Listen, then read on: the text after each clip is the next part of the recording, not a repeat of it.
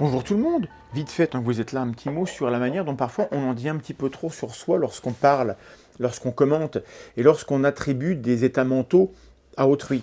Regardez dans les commentaires de la tronche en biais, vous verrez plein de gens, et ailleurs, mais chez nous c'est quand même particulièrement saillant, qui nous accusent, qui m'accusent moi, de telle ou telle intention malveillante, de tel ou tel vice caché, d'être obsédé par le fric, de faire tout ça que pour l'argent, d'être mythomane. On a des gens qui nous accusent, qui m'accusent d'être un mythomane et dont on s'aperçoit que toute la vie est complètement fictive.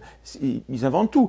Des gens qui supposent des intérêts sexuels à des gens. Aux États-Unis, les élus qui sont absolument les plus homophobes, eh ben, il y a une longue histoire, plein d'anecdotes où on les retrouve, ces gens-là, parce que du coup ils attirent l'attention, on les retrouve au lit avec des garçons. Et c'est embêtant. Il y a des gens qui ne supportent pas tel propos et qui disent si vous dites ça, c'est parce que c'est politique, sans se rendre compte que s'ils émettent cette remarque, c'est parce que de leur point de vue, politiquement, c'est insupportable d'entendre telle parole.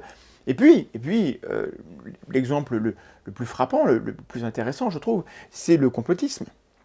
Alors, le mot existe, c'est un sujet d'étude, et on a notamment des études qui ont montré que les personnes les plus complotistes, donc celles qui ont tendance à voir des complots partout, donc à prêter des intentions néfastes, cachées à des groupes comme ça qui cherchent à nuire à d'autres, eh ben, ils seraient les premiers à vouloir comploter s'ils pouvaient le faire.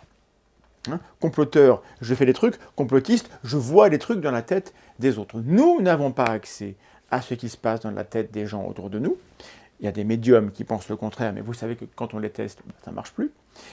Et donc attention, parce que quand vous êtes obsédé par quelque chose et que vous voulez absolument accuser quelqu'un d'avoir telle pensée, telle intention, telle motivation, ben les gens qui savent ce que c'est que la projection se disent c'est curieux parce que ce commentateur-là, il est quand même vachement obsédé par ce qui se passe dans la culotte des autres, à être constamment en train d'accuser les gens d'avoir cette obsession-là eux-mêmes. Attention à ce que vous dites de vous-même lorsque vous livrez à tout le monde le contenu de vos inférences mentales. Ma grand-mère disait, on juge les autres à partir de soi-même. C'est la projection, c'est un vrai phénomène, et je tenais à vous le dire parce que juste, j'ai de la peine pour une partie des commentateurs dont les commentaires sont vaseux, haineux, tout ce que vous voulez, et qui croient qu'à travers ces commentaires, ils salissent la personne à qui ils s'adressent. Et j'ai déjà eu l'occasion de vous le dire dans une vidéo sur la colère et la haine, c'est vous que vous salissez. Et c'est vous que vous empêchez de prendre un peu de distance avec ce que vous croyez lorsque vous traitez par le mépris, la haine et l'avilissement les gens qui ne pensent pas comme vous, en leur prêtant des intentions que vous tirez de vous-même, en réalité. Attention, donc ça c'était mon conseil, c'est gratuit.